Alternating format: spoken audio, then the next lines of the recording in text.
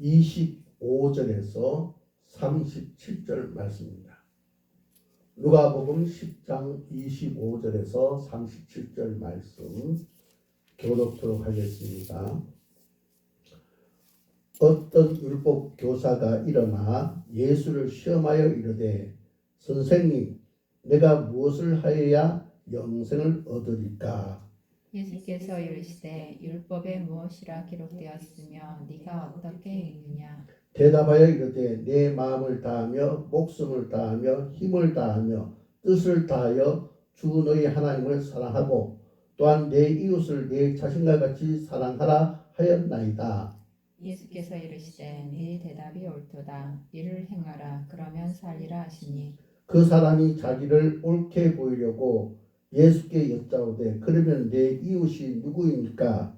예수께서 대답하여 이르시되 어떤 사람이 예루살렘에서 여리고로 내려가다가 강도를 만나매 강도들이 그 옷을 벗기고 때려 거의 죽은 것을 버리고 갔더라. 마침 한 제사장이 그 길로 내려가다가 그를 보고 피하여 지나고 또 이와 같이 한 레위인도 그곳에 이르러 그를 보고 피하여 지나가되 어떤 사마리아 사람은 여행하는 중 거기 이르러 그를 보고 불쌍히 여겨 가까이 가서 기름과 포도주를 그 상처에 붓고 싸매고 자기 짐승에 태워 주막으로 데리고 가서 돌보아 주니라. 그 이튿날 그가 주막 주인에게 데나리온 2를 내어주며 이르되 이 사람을 돌보아 주라. 비용이 더 들면 내가 돌아올 때 갚으리라 하였으니 내 생각에는 이 세 사람 중에 누가 강도 만난 자의 이웃이 되겠느냐?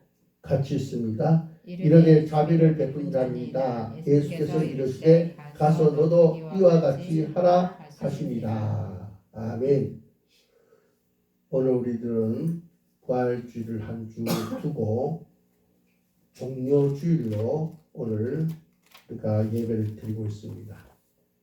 오늘 이제 종료주일, 주님께서 우리를 구원하기 위해서 십자가에 달리기 전에 고난 당하신 그 한 주간을 기념하기 위해서 오늘 종료주일이라는 글씨도 붙여넣었고 또 왼쪽에는 십자가에 또 보라색 또 그 우리 교회 이렇게 따라서 또 후드도 걸어 놓았습니다. 이것은 우리가 적어도 이번 한 주간은 십자가 밑에 나가서 주님의 그 십자가의 복음을 우리가 되새기고 거기에 감사하면서 지내자는 그런 뜻에서 그렇게 했습니다. 저와 여러분이 이 종료주일을 맞이해서 주님의 십자가의 그 죽음과 다시 살아나심에 대한 그 과정을 다시 한번 돌아보면서 하나님께 회개 자복하고 또 용서받을 수 있었던 것에 대해서 감사할 수 있는 그런 한 주간이 되시기를 주의 이름으로 축복합니다. 오늘 본 말씀은 선한 사마리아인의 비유 이야기입니다. 우리가 너무나 잘 알고 있는 그런 내용입니다. 그런데 중요한 것은 이 사마리아인의 비유를 우리가 어떤 관점에서 보느냐, 어떤 시각에서 보느냐, 이것이 대단히 중요하다는 것입니다. 오늘 본 말씀 그 누가복음 10장 25절을 보니까 어떤 율법 교사가 있었다라고 말해주고 있습니다. 여기서 어떤 율법 교사는 요즘으로 말하면 상당한 지혜 있는 분을 말합니다. 그러니까 굉장히 엘리트라는 직위에 있는 자를 말한다. 그러니까 오늘날로 말하자면 법조인이라든지 교수 정도 되는 그런 사람이다라고 볼 수 있습니다. 바로 그러한 사람이 예수님께 나와 29절에 보니까 이렇게 질문을 합니다. 내 이웃이 누구이니까? 라고 묻습니다. 이것은 무슨 문제입니까? 내 이웃이 누구냐? 그러니까 내 이웃에 대한 해석의 문제입니다. 우리 하나님께서 율법에 말씀을 주시기를 27절에 보니까 내 마음을 다하며 목숨을 다하며 힘을 다하며 뜻을 다하여 주 너희 하나님을 사랑하라고 하셨고 또 내 이웃을 내 자신같이 사랑하라 그렇게 율법에 기록되어 있다고 이제 말씀하고 있는 것을 보게 됩니다. 그러니까 이 율법사가 이제 그 계명을 이제 두고 염두에 두고 하는 말이 내 이웃이 누구시냐. 여기서 성경에서 말하는 내 이웃은 어떻게 해석을 해야 되느냐. 바로 해석에 관한 문제를 제시하고 있습니다. 이때 예수님께서 답변을 하시는데 37절에 뭐라고 했습니까? 이르실 때 자비를 베푸는 자니이다. 예수께서 이르시되 가서 너도 이와 같이 하라 하시니라. 예수님께서 내 이웃이 누굽니까? 라고 묻는 그 이웃을 도대체 어떻게 해석해야 됩니까? 라고 질문하는 그 어떤 율법 교사에게 예수님께서 답하기를 가서 너도 이와 같이 하라. 예. 율법에서 얘기한 대로 너도 가서 이와 같이 행하라. 그렇게 말씀하셨습니다. 그러니까 뭡니까? 그것은 해석의 문제가 아니라 해결의 문제다. 해결의 문제다. 그런 얘기를 하고 있습니다. 이게 무슨 얘기냐? 여러분 이해를 돕기 위해서 제가 들은 그 얘기를 하나 드리고자 합니다. 어느 분이 대학교 교수님이신데 공과대학에서도 굉장히 권 있는 중요한 강의를 하는 그런 교수입니다. 이분이 이제 뭐 교수를 했을 때는 이제 그런 분야에 대해서 논문을 많이 써서 많은 사람들 공감을 일으키고 그래서 굉장히 권 있는 그런 위치에 서게 됐습니다. 이분이 교수직을 맡았을 때는 교수는 논문으로 말하니까 그 논문을 통해서 어떤 잘못된 것을 비판하고 또 어떤 새로운 해석을 대가고 또 어떤 것은 지적질까지 하면서 논문을 쓰고 그랬습니다. 그런데 이분이 어떤 이제 일이 있어서 이제 CEO가 되었어요. 사업을 해서 거기 사업의 대표가 되었습니다. 그런데 대표가 돼서 가만히 보니까 어떤 변화를 그가 겪게 됐냐 하면은 이것은 그 교수처럼 무슨 그저 논문을 써가지고 거기에 대해서 그저 뭐 비판하고 해석하고 뭐 지적질하고 이것이 아니라 그 이상의 일을 해야 되더라 이 말이에요. 그러니까 적어도 그 사업의 CEO가 됐으면 대표가 됐으면은 설명도 중요하지만은 해석도 중요하지만은 해결하는 것이 더 중요하다. 이것을 깨닫고 늘 그 어떤 문제가 발생했을 때 해결하기 위해서 몸부림쳤던 것을 기억하면서 자기가 교수로 있을 때는 그냥 해석만 했는데 이제 사업자가 되니까 해결이 더 중요하고 그 해결하기 위해서 매달리게 되더라. 그런 자기 경험을 얘기한 것을 들었습니다. 여러분 바로 오늘 본 말씀이 그런 얘기입니다. 예. 해설도 중요하지만 그보다 더 중요한 것은 해결이다. 이것을 오늘 어떤 율법 교사의 질문에 예수님께서 답변을 하고 계시다는 거예요. 우리 한국 사회를 보면은 유교의 영향을 받아서 아직도 세계가 많이 열려져 있지만은 그래서 서로 이제 그 모든 것을 나누고 있지만은 아직도 우리 한국 사람들에게는 유교의 그 사상이 우리 가운데 남아 있습니다. 그래서 우리나라 사람들은 굉장히 이 머리로 해석하고 또 깨닫고 또 논리에 대해서 굉장히 관심이 많습니다. 그래서 논리적으로 자꾸 질문하고 그에 대한 답을 얻고자 하는 것을 보게 됩니다. 그래서 우리가 참 그 가운데서 여러 가지 많은 이제 트러블이 생기는 것을 보게 되는데 옛날에는 유교의 특징 중에 하나가 뭐냐? 선지후행이라는 말이 있습니다. 선지후행. 무슨 말이냐면은 먼저 깨닫고 나중에 행한다. 그런 얘기입니다. 그런데 이 선지후행, 먼저 깨닫고 나중에 행한다. 이것을 하다 보니까 나라가 망해져 갑니다. 그런 것을 망할 뻔한 그런 것을 경험합니다. 그래서 이제는 이것을 바꿔가지고 선지후행이 아니라 지행합일이다. 무슨 말이냐? 깨닫고 행하는 것이 동시에 있어야 된다.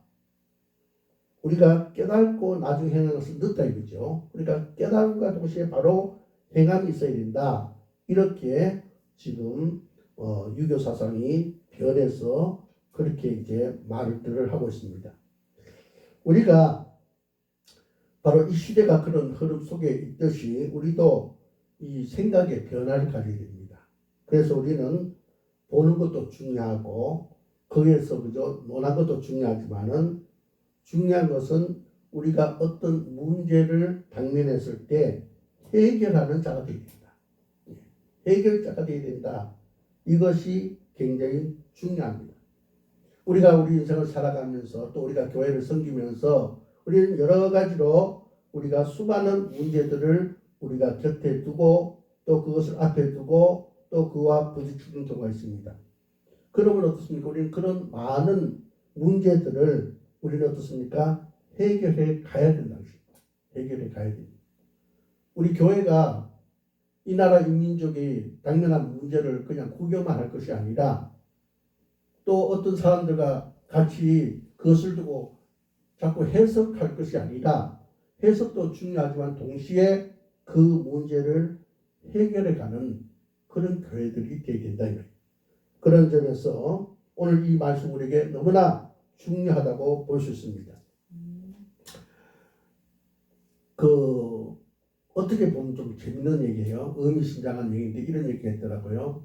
한 아들이 아버지에게 자기 고충을 얘기합니다. 아버지, 삶이 왜 이렇게 힘들지 모르겠어요. 자꾸 지쳐가요. 내 삶이 깨어질 것 같습니다. 그렇게 하소연했습니다. 그러니까 아버지가 그 얘기를 가만히 듣고 있다가 갑자기 냉장고에서 계란을 꺼내가지고 계란을 삶는 거예요. 아들이 자기가 아버지한테 힘들다고 자기 인생이 깨질 것 같다고 그렇게 하소연하는데 아버지가 갑자기 계란을 가져와서 계란을 삶는 거죠. 그래서 왜 그러신가 하고 가만히 지켜봤더니 아버지가 계란 삶아서 하시는 말씀이 너 인생이 계란같이 쉽게 잘 깨어질 것 같다고 했지. 근데 계란을 삶으면은 생으로 있을 때보다 잘 깨지지 않아. 그러면서 그 아버지가 하시는 말씀이 너도 삶은 계란이 되어져야 된다. 그런 얘기를 했다고 합니다. 이해가 돼요? 예, 참 곱씹어 보면은 참 의미심장한 교훈이 아닌가 이렇게 생각합니다.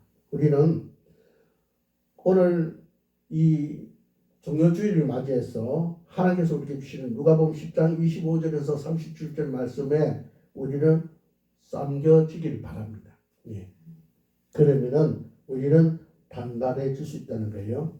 오늘 본문은 선한 사마리아인의 비유인데 어떤 율법 교사가 내가 무엇을 하여야 영생을 얻으리까? 라고 질문했습니다. 물론 이 율법 교사다 보니까 내가 무엇을 해야 영생을 얻을 수 있을까? 그런 의문이 들어서 그런 고상한 뜻도 가지고 있었지만은 오늘 본 말씀 25절에 보니까 그것보다도 그가 예수님께 그런 질문을 한 것은 다른 의도가 있었던 것을 보게 됩니다. 25절 한번 읽어볼까요? 같이 있습니다. 시작. 어떤 율법교사가 일어나 예수를 시험하여 이르되 선생님 내가 무엇을 하여야 영생을 얻으리까? 여기 보니까 어떤 율법교사가 예수님께 무엇을 하여 영생을 얻으리까 했는데 그것을 질문한 의도가 예수를 시험하여서 질문을 했더라. 그렇게 말씀하고 있습니다. 그러니까 이 어떤 율법교사는 예수님을 시험하기 위해서 나왔다 그런 얘기죠. 그러니까 문제를 진단하고 지적하는 것이죠. 예수님께서 오늘 지적한 어떤 율법교사에게 답변하는데 너는 그 문제를 진단하고 지적만 하지 말고 오늘 내가 이 사마리아 비유를 통해서 주는 메시지가 있는데 거기에 대해서 답을 얻으라 그렇게 말씀하고 있는 것을 보게 됩니다. 자, 그런데 우리가 이 사마리아인의 비유를 우리가 풀어가기 전에 그 사마리아인의 비유의 배경이 어떻게 되느냐 이것을 먼저 우리가 이해하면은 본문 이해를 하는 데 도움이 될 줄 믿습니다. 누가복음 10장 앞에 누가복음 9장 거기에 보면은 뒷부분에 무엇이 나오냐면은 누가복음 9장 51절에서 56절에 보면은 이런 얘기가 나옵니다. 어느 날 사마리아 지역을 예수님과 제자들이 지나가게 되었는데 사마리아 사람들이 예수님을 받아들이지 않고 배척을 하는 것입니다. 그러니까 제자 야고보와 요한이 이를 보고 이제 예수님께 여쭙습니다. 뭐라고 여쭙냐면 주여 우리가 불을 명하여 하늘로부터 내려 저들을 멸하라 하기를 원하시나이까 그렇게 이제 여쭙습니다. 그러니까 이 예수님의 제자들이 그와 같이 말한 것은 무엇을 말해주냐면 그 당시에 유대인이 갖는 그 세계관, 유대인들이 갖고 있는 그 어떤 인종적인 프레임, 즉 생각의 틀이 무엇이냐를 말해주고 있는데 그들은 그 유대인에 대해서 어떤 생각 틀을 가지고 있냐면은 사마리아는 뭐 그렇게 그죠 대단하지 않다. 사마리아는 쓸모없는 인간이다. 그들은 죽어도 괜찮다. 짐승과 같다. 그런 바로 사상을 가지고 있었다는 것입니다. 그래서 예수님이 그 사마리아로 들어가려 하니까 저들이 환영을 하지 않으니까 하늘을 명해서 불을 내려오라 해가지고 바로 저들을 멸하니까 이렇게 이제 가볍게 생각하면서 그렇게 말씀하셨다는 것입니다. 그때 예수님은 제자들이 그렇게 말씀하는 것을 두고 뭐라고 말씀하시냐면은 아니다 그렇게 얘기합니다. 예. 그러면서 이제 오늘 이 선한 삼가 이야기로 이제 연결이 되어지는데 오늘 이 어떤 율법교사가 내 이웃이 누구냐 이 이웃이라는 문제를 두고 여기 어떻게 해석을 가야 되냐라고 물을 때 예수님께서는 그 어떤 율법사에게 한 방을 먹입니다. 예. 그 뭐냐 바로 유대인들은 누굴 이웃으로 생각하냐면은 유대인들만 바로 이웃이다 그렇게 생각했습니다. 예. 그런데 예수님은 아니다. 예. 아니다. 다시 말해서 유대인들도 이웃이지만은 또 이방인 사마리안까지도 너희의 이웃이 된다. 이렇게 얘기한 거예요. 유대인들 입장에서는 하나님의 택감 받은 우리 유대인만이 우리 서로 간의 이웃이지 나머지는 쓸모없는 존재 가치가 없는 짐승과 같은 죽어도 그만인 그런 존재다 생각했는데 예수님은 바로 이방인 그 사마리아인 너희들이 천식 여기는 그 사마리아도 너희들의 이웃이다 그렇게 말씀을 했던 것입니다. 그들에게는 굉장히 충격적인 일이죠. 자, 우리가 여기서 우리가 기억할 것은 뭐냐면은 이 율법교사는 율법이 전문입니다. 근데 이 율법은 전문인데 뭔가 율법에 대해서 오해를 하고 있습니다.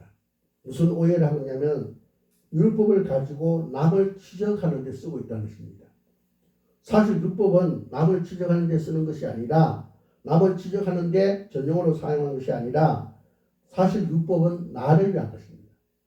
나를 돌아보기 위해서 율법이 존재한다는 것입니다. 예수님께서 바로 이 유대인들이 바로 율법을 남을 지적하는데 그것으로 사용 도구로 삼아서 이제 자기들 마음대로 이제 판단하는 자기 스스로가 어떤 기준을 세워놓고 남을 지적하는 그런 가운데 있었다는 것입니다. 그러므로 예수님은 너희들의 그 잘못된 가치관을 바꿔야 된다. 너희들의 그런 좁은 세계관을 버려야 된다. 그걸 좀 확장해야 된다. 글로벌 스탠더드, 예. 세계적인 바로 기준을 가져야 된다. 바로 그런 얘기를 하고 있는 거예요.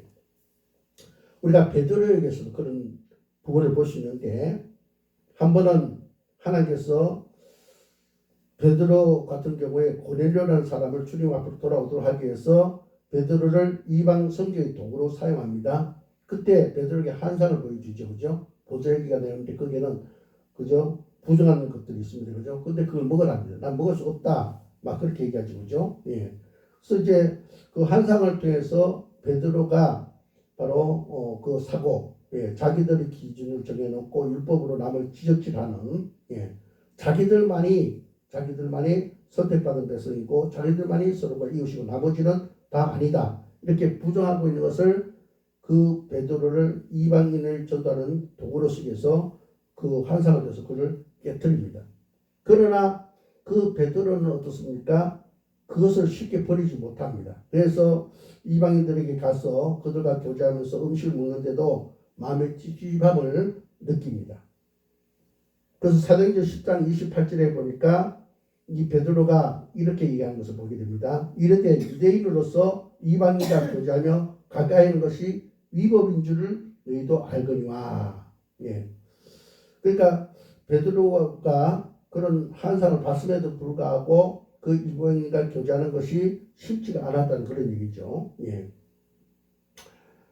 바로 예수님의 제자들도 좀 전에 제가 얘기했듯이 사마리아인들이 예수님이 들어간 것을 용납하지 않으니까 저들을 하늘을 위에 있는 불을 명해서 내려오라 해서 저들을 불살라 버릴까요? 그렇게 얘기하는데 너무나 자연스럽게 당연하다는 사고방식을 가지고 그렇게 얘기하는 것을 보입니다. 그때 예수는 너희들이 그 해석은 잘못되어졌다. 아니다. 그렇게 해서는 안 된다. 그들을 불러 면해서 안 된다. 그렇게 얘기하고 있는 겁니다. 예. 오늘 본 말씀도 좀 그런 관점에서 살펴보고자 합니다.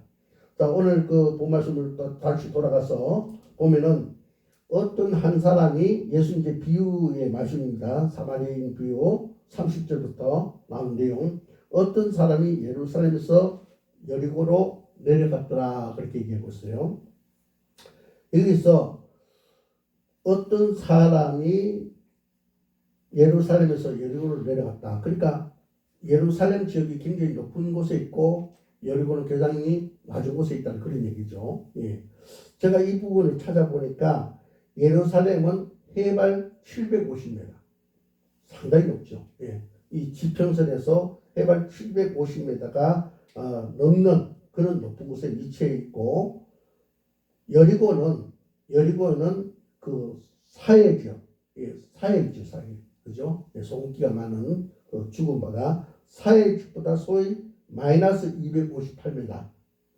그러니까 사해 그 바다보다 더 밑에 마이너스 258m 있다는 것입니다. 그러니까 우리가 여기서 무엇을 이제 할 수 있냐면은 예루살렘에서 여리고까지 그 높이가 1000m 이상, 1008m 이상 차이가 난다는 것입니다.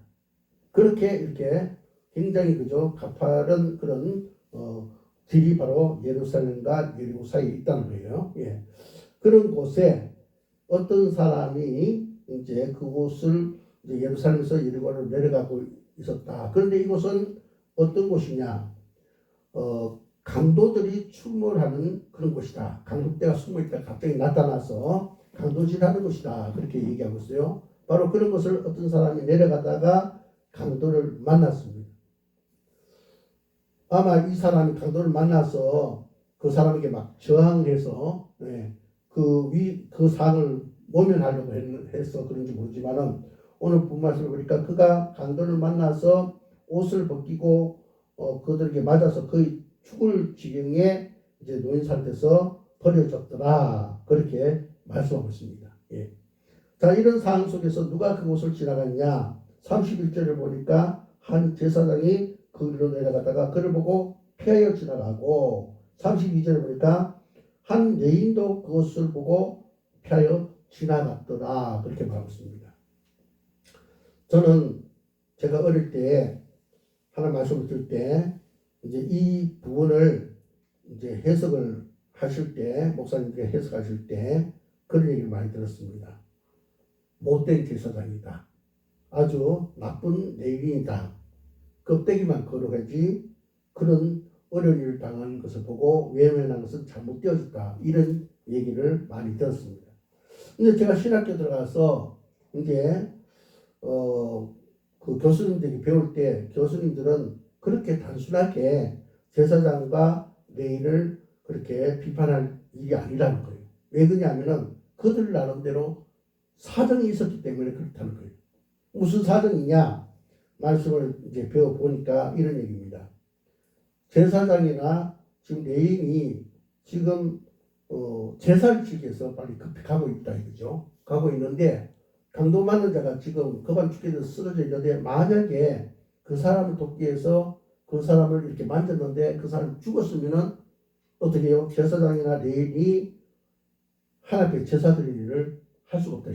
직무정지가 되고 자격이 박탈된다 이거죠. 지금 가서 제사를 지내야 되는데 그런 일이 벌어지기 때문에 제사장과 레인이 그것을 보고 우리는 제사로 가야 되는 입장에서 저렇게 쉽게 접근할 수 없다. 그렇게 하고 지나갔다는 것입니다. 예.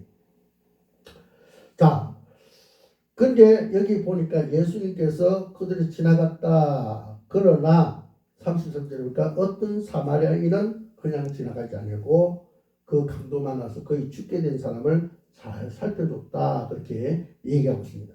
그러니까 예수님이 지금 여기서 말씀하는 것은 제사장이나 레위인이 지나갔다는 것은 물론 그런 나름대로 어떤 사정이 있었지만은 바람직한 것은 아니었다. 그런 의도로 지금 말씀하고 있음을 우리가 확인해 볼 수 있습니다. 그러니까 어떤 사마리아인을 이제 행한 일을 통해서 우리에게 메시지 주고 있기 때문에 우리는 그렇게 우리는 이제 가늠해 볼 수 있습니다. 그러니까 여기서 예수님께서 말씀한 건 뭐냐면 제사장과 레인이 그런 이제 그 사람이 그만 죽게 된 것을 볼 때 저 사람이 만약에 숨이 끊어지다면 시체가 됐을 것이고 제사장이가 레위인이가 이 사람 손을 대었을 때는 부정한 것을 만졌기 때문에 율법에 그러면은 제사직을 행하지도 못하고 또 제사직 뭐 제사장이든 레위인이든 제사 지내는 그 일을 하는 것에 있어서 그 직위를 박탈당한다. 그래서 손대었다. 이거는 해석의 문제다 이거죠. 해석의 문제. 그 사정은 이해하지만은 그것은 해석의 문제고 중요한 것은 제사장이 물론 뭐 그래서 그럴 수도 있는데 그러나 그 제사장과 레인이 뭐 잘했다 못했다 그런 해석의 문제다 관심을 두지 말고 중요한 것은 뭐예요? 지금 강도 많아서 그만 죽게 된 사람을 살리는 것이 중요하다 이거죠. 그 사람의 그죠 살리는 거죠. 그 문제를 해결하는 것이 중요하다 그런 얘기입니다.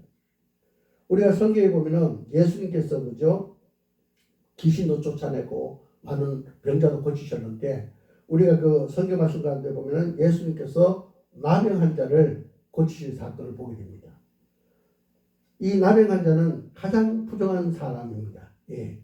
그래서 이 나병 환자들은 어떻습니까? 같이 살지 못하고 저 바깥으로 성 밖으로 내보내 가지고 저들이 따로 기거하도록 그렇게 했어요. 율법으로. 그리고 누가 성한 사람이 혹시 지나가면은 나는 부정한 자입니다. 부정한 자입니다. 그러니까 가까이 오지 말고 지나가라고 그렇게 외쳐야 되는 그런 자들이었습니다.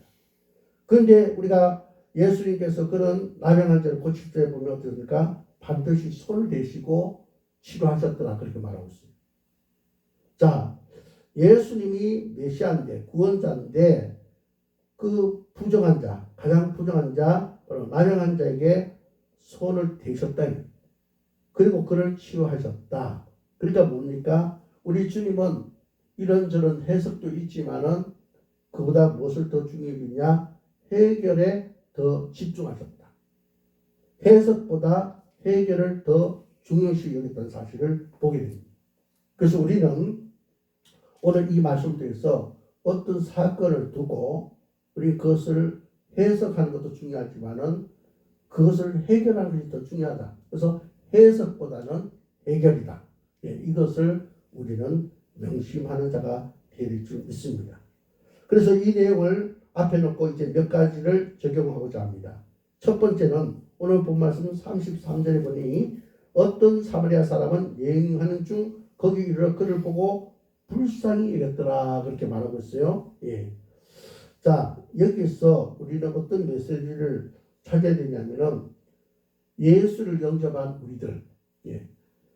하나님 나라의 소망을 두고 살아가는 우리들은 어떻습니까? 바로 강도 많은 자와 같은 자를 만나면은 거기에 대해서 그죠?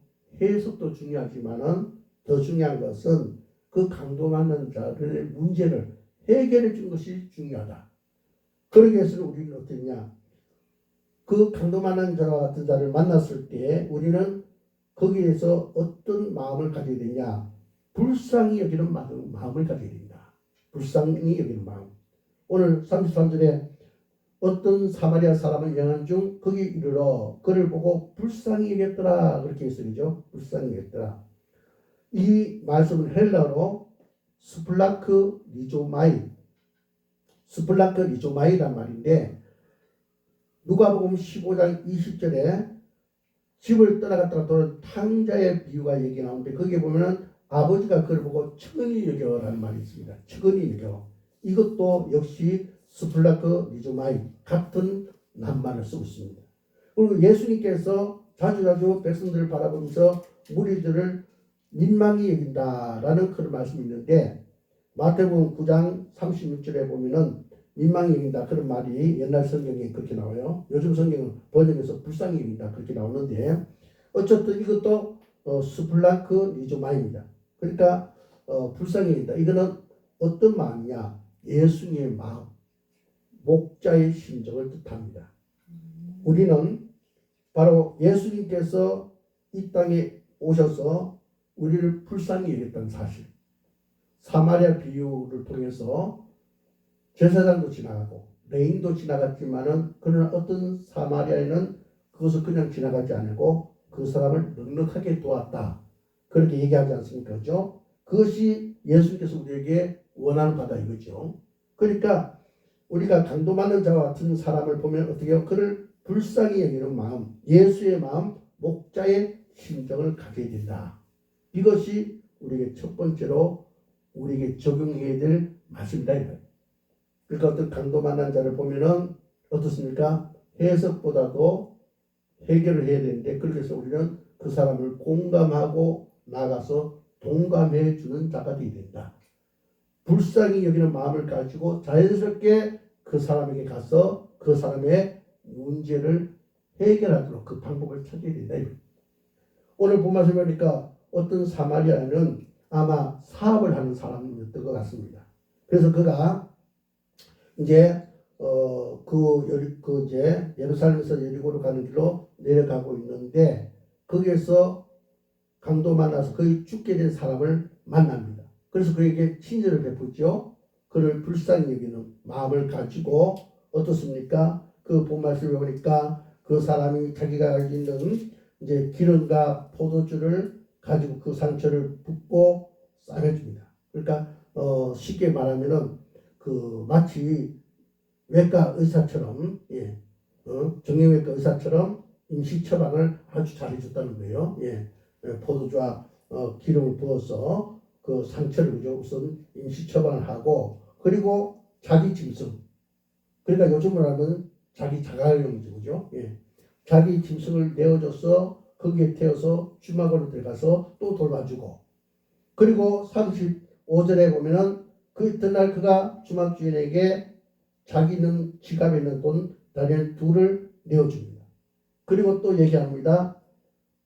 이 사람을 내가 이 돈을 줄 테니까 돌봐주고 만약에 돈이 부족해서 더 들면은 우선 당신 채워 넣어라. 그러면 내가 다시 이곳으로 돌아올 것인데 그때 내가 갚아줄 것이다. 그렇게 말합니다. 그러니까 이 어떤 사마리아 사람은 그 강도에 만난 자를 불쌍히 여기는 타이밍을 놓치지 않았고 목자의 심정을 가지고 최선을 다했다는 것입니다. 바로 오늘 주님은 이 선한 사마리아의 비유를 통해서 우리에게 말씀한 건 뭐냐면은 이 사마리아인처럼 목자의 심정을 갖는 자가 되어라. 불쌍히 여기는 그 마음을 회복하는 자가 되어라. 그것을 우리에게 말씀해 주고 있습니다. 그래서 저와 여러분은 이렇게 어떤 어려운 사람들, 고통스러운 사람들 보면은 불쌍히 여기는 예수의 마음, 목자의 심정을 가질 수 있기를 주의 이름으로 축복합니다. 나아가서 우리가 또 무엇을 적용해야 되냐면 우리 이 선한 사마리아 비유를 통해서 우리는 개인의 감정과 민족의 감정을 뛰어넘어야 된다는 거예요. 우리가 살다 보면은 이상하게 주는 것 없이 받는 것 없이 나하고 안 맞는 사람이 있습니다. 그러니까 우리가 소위 이것을 케미컬이 안 맞다 그런 얘기하죠. 뭔가 세상하고 나하고 그죠? 이 케미컬 화학적인 반응이 잘 안 맞는 사람이 있습니다. 예. 안 맞는 사람이 있어요. 근데 여러분, 근데 우리가 성경 말씀 보면요, 하나님께서 그 예수님을 땅에 보내시고 예수님께서도 그죠? 하나님 나라와 의를 확장해 가는데 예수님께서 제자들 부르잖아요, 그죠? 부른 그 모습 보면은 서로가 잘 안 맞는 사람을 같이 모읍니다. 예. 그래서 어떻습니까? 이제 안 맞는 사람을 모아가지고 그 안에서 어떻게요? 다듬어 가시는 거예요. 그래서 서로가 이렇게 호흡이 맞도록 만들어 가는 겁니다. 예. 그래서 이제 제자로 쓰시는 것을 보게 됩니다. 예. 오늘 여기 보니까 어떤 사마리아 사람은요, 지금 여기서 강도받는 사람은 유대인입니다. 유대인. 예, 유대인이 강도를 만난 거예요. 그죠? 예. 만났는데 이 사마리아 사람은 유대인으로부터 천시받는 자들이었어요. 예. 천시받는 자이고 진승 취급받는 사람들이었어요. 그러나 이 사마리아 사람은 지금 유대인이 강도받아서 거의 죽게 되는데 어떻습니까? 이 사람 출신이 어디지 확인하지 않았습니다. 또 그가 유대인인 것을 그의 행색을 보아 알았지만은 그것을 초월해서 그래서 최고의 서비스 불쌍님께서 그에게 할 수 있는 일을 다 최선을 다해서 문제 해결해서 애를 쓴 것을 보게 됩니다. 바로 오늘 이 말씀 중에서 우리 지금 우리에게 무엇을 적용하기를 원하냐? 우리가 상대방을 우리가 우리 이웃을 삼고 그분이 우리 도움이 필요하다면 우리가 서비스를 할 때 바로 이 사마리안처럼 목자의 심정으로 하고 또 두 번째로 어떻습니까? 개인 감정과 민족 감정을 초월해서 해야 된다. 바로 그런 얘기입니다. 지금 우리 이 시대를 보면요. 지구촌이라고 말하고 있어요. 예. 옛날에는 굉장히 폐쇄적이죠. 그죠? 우리는 우리고 너는 너다. 예. 그런 상황이 있었는데 지금은 어떻습니까? 이 세계가 하나가 되어 있습니다. 예. 특히 코로나 때문에 이 번지가 금방 전 세계 다 퍼지잖아요. 그래서 전 세계가 하나가 되어서 이 코로나를 어떻게 대적할까, 어떻게 해결할까, 같이 머리를 싸매고 그렇게 연구하며 그게 대응하는 그런 모습을 우리가 봤습니다. 예. 자, 지금 시대는 어떻습니까? 글로벌화 되어 있습니다. 세계적으로 되어 있다는 거죠. 이런 가운데 우리는 어떻습니까? 우리 개인적인 감정, 민족적인 감정을 초월해야 된다. 오늘 비유 속에 사마리아 사람과 유대인의 관계는 뭡니까? 서로 좋아할 수 없는 관계이죠. 예. 유대인이 사마리아인들을 그렇게 천시했단 말이에요. 그러면 이 사마리안이 악한 심정으로 유대인을 그냥 버려두고 갈 수 있는 거예요. 그러나 그런 개인적인 감정, 민족적인 감정을 초월했다는 것을 보여요. 이것은 마치 옛날에 우리나라하고 일본 나라 관계와 마찬가지입니다. 일본이 우리나라를 침입했기 때문에 우리는 일본 놈하고 그죠? 여러 가지로 그죠? 우리가 욕하지 않았습니까? 그죠? 예. 이것은 비단 일본 나라, 우리나라뿐만 아니라 영국과 프랑스 역시 같이 전쟁을 했기 때문에 서로 적대시하는 관계였습니다. 독일과 러시아. 지금 어떻습니까? 우크라이나 사람들과 러시아 사람들이 바로 적대적 관계죠. 그죠? 예. 어떤 목사님이 남미에 부흥회하러 가셨는데 마침 잠깐 틈이 있어서 브라질하고 아르헨티나가 축구 시합을 하러 온 것을 보러 이제 가셨다고 합니다. 예. 가셨는데 그 가니까 축구를 보는데 너무 살벌합니다. 왜냐하면은 그 축구하는 브라질과 아르헨티나가 서로 적대식 관계가 있는 거예요. 예. 우리도 그렇잖아요. 뭐 다른 나라는 괜찮은데 우리 한국하고 일본하고 붙으면 막 기를 쓰고 그렇죠. 우리가 그죠 응원하잖아요. 그죠? 그처럼 바로 그 남미 가서 이제 그 축구하는 브라질하고 아르헨티나가 축구하는 것을 보는데 6만 명이 모이는데 그 축구장에 2시간 내내 서로 막 양쪽에서 막 욕을 하고 진짜 이 입에 담을 수 없는 귀에 듣기 거부감 욕을 막 2시간 내내 하는데 욕도 잘하는 팀이 이기더래요. 예, 하여튼 지금 시대가 그죠 이렇게 서로가 대적 관계에 있는 그런 경우가 많이 있습니다. 개인적이든 국가적이든. 근데 오늘 주님은 우리가 말씀하고 있습니다. 개인적인 감정이든 민족적인 감정이든 그것을 초월해야 된다. 초월해야 된다. 그런 말씀하고 있어요. 1992년도에 미국의 로스앤젤레스 LA라고 하죠. 폭동 사태가 있었던 것을 우리는 기억하고 있습니다.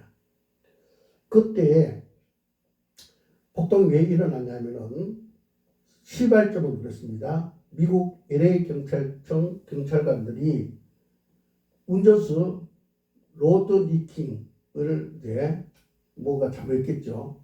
집단 폭행을 했습니다. 그래가지고 그 집단 폭행 당한 것을 이제 고발했고 그것이 이제 법원에서 재판하게 됐는데 검사가 이제 흑인들이 많이 와 있으니까 눈치를 보고 이 LA 경찰이 잘못했다, 백인이 잘못했다. 그래서 저들에게 무기징역을 줘야 된다. 그렇게 이제 판사에게 요청하는 거예요. 근데 판사가 뭐라고 판결했냐면은 집행유예를 주고 400시간 봉사활동을 하야 했어요. 그러니까 흑인들이 집단 폭행을 당했는데 너무 그 죄를 준 것이 너무나 가볍대서 그래서 폭동이 일어난 거예요. 근데 해필 그때 이 1992년 4월 4월 29일 날 4월 29일 날 그 폭동이 일어났는데 그날에 이제 한국 가게에 흑인 아이가 들어왔는데 그 흑인 아이가 이름이 뭐냐면은 할린스라는 아이인데 이 할린스 아이가 한국인이 그 경영하는 49세 두순자라는 바로 사람이 운영하는 그 가게에 들어왔는데 오렌지 주스를 훔치는 걸로 착각한 거예요. 그래가지고 시비가 벌어져가지고 맞다 막 하다가 음성을 높이다가 이 한국 그 상점 주인 두순자라는 사람이 총으로 그 흑인소를 쏴 죽였는 거예요. 이것 때문에 안 그래도 지금 인종차별에 대한 분노가 커있는데 이 소식이 퍼져나가니까 흑인들이 한국 그 LA 교민들 전체를 이제 공격해서 막 부수고 도둑질해가고 난리가 났어요. 그래서 얼마나 그 사태가 심각했는지 이제 그 한국 사람들이 그 이스라엘의 우지 기간단 쪽 짧은 거 있거든요. 다 공고해서 짧은 거 그거 가지고 지붕에 올라가서 막 사격을 해서 그 폭동을 막아야 되는 그런 상황까지 가는 그런 일들이 생겼습니다. 그래서 이제 그때부터 한국 사람들이 흑인들을 비난하면서 흑인들은 연탄과 같다. 이제 그렇게 비웃고 또 그 흑인들이 사는 동네가 피코인데 그 동네 이름을 흑석동이다. 까만 돌들이 사는 동네다. 이렇게 비아냥 그랬다고 합니다. 그리고 그 미국 사는 여러 민족들 살다 보니까 갱들이 있는데 한국 갱들이 이제 흑인 갱들과 싸움이 자주 벌어지는데 흑인 갱들이 더 세기 때문에 한국 갱들이 흑인 갱들을 보면 겁을 냈다고 합니다. 근데 흑인 갱들이 누구를 겁내냐?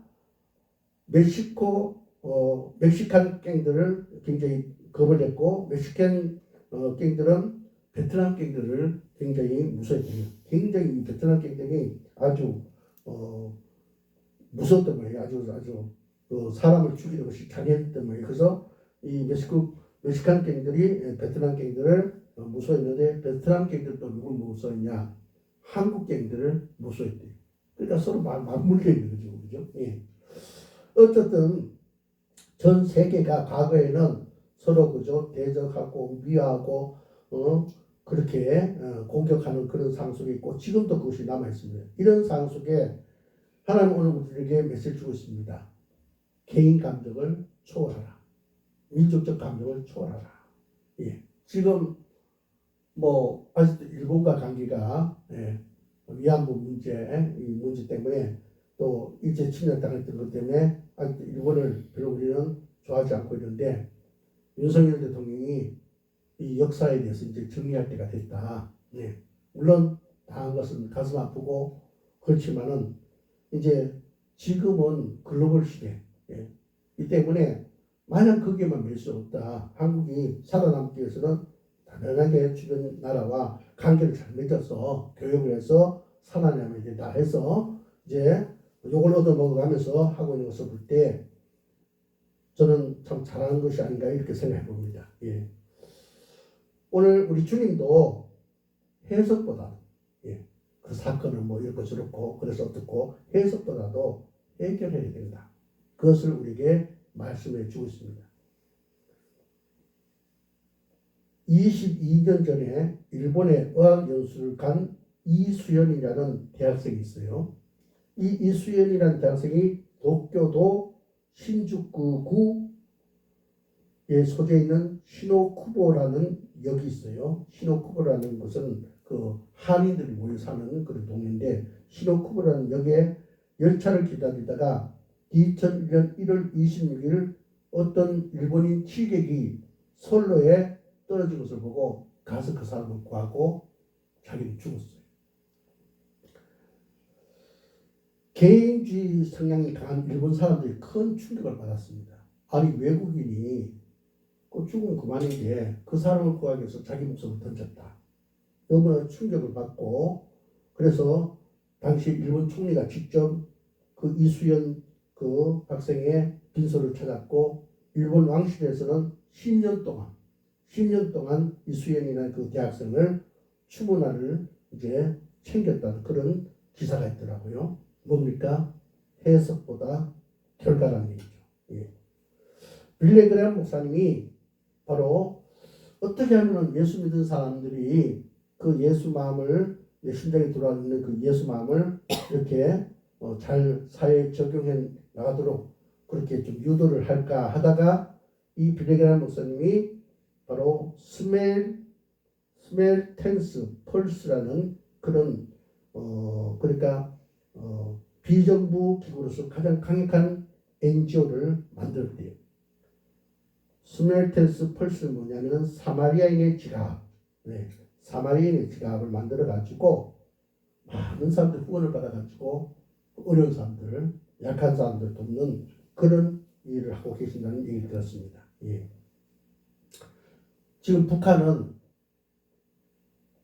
영구적인 독재를 하기 위해서 그 북한 그 모든 사람들을 장악하고 수단과 방법을 가리지 않고 남한을 이제 향해서 계속 이제 공격성을 나타내고 있습니다. 자, 이런 가운데에서 우리는 특히 한국교회는 북한에서 기도하는 자가 되어 있습니다. 목자의 심정을 회복해서 우리가 개인의 감정, 민족적인 감정을 초월하고 저들에서 우리는 기도해 주고 있습니다. 예. 옳고 그르냐다는 이거 영원히 적이 될 수밖에 없어요. 그래서 우리가 어떻게 하면 이 문제를 해결할까? 그래서 저들 불쌍히 여기는 목자의 심정 그리고 개인 감정과 민족적 감정을 초월하는 그런 가운데 우리가 저들에서 기도해야 줄 있습니다. 나아가서는 우리가 영적으로 강도 많은 사람을 우리가 도와야 된다. 이것이 우리가 문제 해결에 있어서 중요한 또 답이다. 예.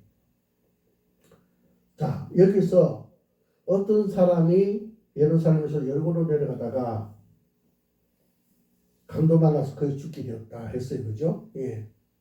바로 우리가 육적으로 강도 만난 사람도 있지만은 영적으로 사탄이라는 강도를 만난 사람들이 많이 있습니다. 그래서 영적으로 피범벅이 되고 그만 죽게 된 많은 영혼들이 있다는 것입니다. 여러분 우리는 육적으로 강도당한 사람이든 영적으로 강도당한 사람이든 우리는 그들이 바로 우리 이웃이라는 사실을 알고 우리는 저들을 돕는 그런 자가 되어야 될 줄 믿습니다. 그래서 저와 여러분은 저도 그걸 위해서 기도합니다. 하나님 우리 교회가 속히 자립해서 국내 해외에 선교하고 또 구제를 많이 하고 또 주의 이름으로 주님의 뜻을 따라서 선한 사업을 많이 하는 교회가 되게 하옵소서. 매일 기도를 하고 있습니다. 우리가 이 어떤 사마리아인처럼 우리가 강도 많은 사람을 우리가 도와야 되는데 더더욱 우리는 영적으로 강도 많은 사람 사탄에게 강도 만나서 사대피는 사람을 그 가운데서 우리는 구해내야 될 줄 믿습니다. 오늘 우리는 종료주의를 맞이하고 있습니다. 우리 주님은 십자가에 당신을 못 박히도록 내어주셨습니다. 그 왜 그렇습니까? 해석이 아니라 해결이었습니다. 만약에 하나님께서 인간의 죄를 해석을 했다면 우리는 다 죽어야 됩니다. 다 지옥 가야 됩니다. 그러나 하나님은 어떻습니까? 그것을 해석에만 거치고 있는 것이 아니라 우리 행하는 행동을 볼 때 우리가 다 그저 우리 타락해가지고 죄를 짓고 그래서 우리 사망에 이르고 지옥 가야 되는데 그러나 불쌍히 여기셔서 우리를 불쌍히 여기셔서 하나님의 그 개인적인 그런 심판하고자 하는 그런 그 마음을 초월해서 우리를 그 가운데서 건져내기 위해서 당신이 치신 십자가를 못 박혔다는 것입니다. 그러므로 우리에게 구원이라는 상상도 못할 전에 전혀 없었던 구원이란 그런 새로운 역사가 우리에게 열려졌다는 것입니다. 우리는 그 은혜를 입었고 그래서 오늘 우리는 이 고난주간을 생각하면서 내 죄 때문에 주님께서 십자가에 못 박히는 것을 애통해 하면서 그 은혜를 감사하는 그런 우리가 되어야 될 것이고 또 우리는 나아가서 어떻습니까? 내가 십자가에서 못 박혀 내가 죽어야 되는데 그래서 지옥 가야 되는데 하나님이 이 땅에 오셔서 나를 대신해서 십자가에 못 박히셨다. 해석이 아니라 문제 해결을 선택하셨다. 그 은혜를 내가 입었다. 그러니 우리도 예수님처럼 남을 위해서 십자가에 내가 희생하는 최상의 서비스를 육이든 영적으로든 강도 많은 자를 우리가 위해서 서비스하는 그런 자가 되어야 되겠다라는 그런 확신을 갖고 그런 행함을 갖고 살아가는 그런 우리가 되어야 될 줄 믿습니다. 그래서 오늘 우리는 이 말씀을 통해서 우리가 정말로 오늘 이 누가복음 10장 25절에서 37절의 말씀을 가지고 해석보다는 문제 해결이다. 그래서 우리가 다가오는 부활주를 맞이할 때 우리는 주변의 모든 사람이 우리 이웃이다 라는 개념을 가지고 그 강도만한 이웃을 위해서 우리는 그죠 이 상대방을 불쌍히 여기는 그런 마음을 가지고 현대판 포도주와 기름을 준비하고 우리는 주위 사람들에게 계란을 나눠주고 또 그죠 하나님 주신 은혜 가운데 모두가 찢긴 내 마음과 삶이 있지만은 갈보리 십자가 언덕에 우리 모두 우리 마음으로 더 깊이 우리가 다가가서 불쌍히 여기는 마음, 개인적인 감정, 민족적인 감정을 초월하고 영적으로 나 자신이 강도받는 그 모든 것을 처리하고 이웃을 구체적으로 위해서 기도하고 공감대를 형성해서 저들을 돕는 그런 선한 사마리아 같은 자가 되도록 우리 결단하는 이 절기가 됐으면 좋겠습니다. 저와 여러분이 바로 주님께서 말씀하시는 바로 그런 뜻을 잘 받던 자가 되기를 주의 이름으로 축복합니다. 기도드리겠습니다. 하나님 감사합니다. 오늘 종료주일을 맞이해서 해석보다 해결이 중요하다는 사실을 들었습니다. 우리가 이 말씀을 기억하며 목자의 심정을 가지고 개인적인 민족적인 감정을 초월하고 강도 만난 사람, 육으로든 영적이든 강도 만난 사람을 우리가 돕고자 하는 그런 아버지 우리가 되어야겠습니다. 돕기 전에 먼저 나 자신이 강도 만난 자였음을 기억하며 주님 앞에 나와서 치료받고 회복하여서 우리가 남을 돕는 자에까지 나가야 되겠습니다. 우리에게 그와 같은 은혜를 허락하여 주시옵소서. 예수 이름으로 기도합니다. 아멘.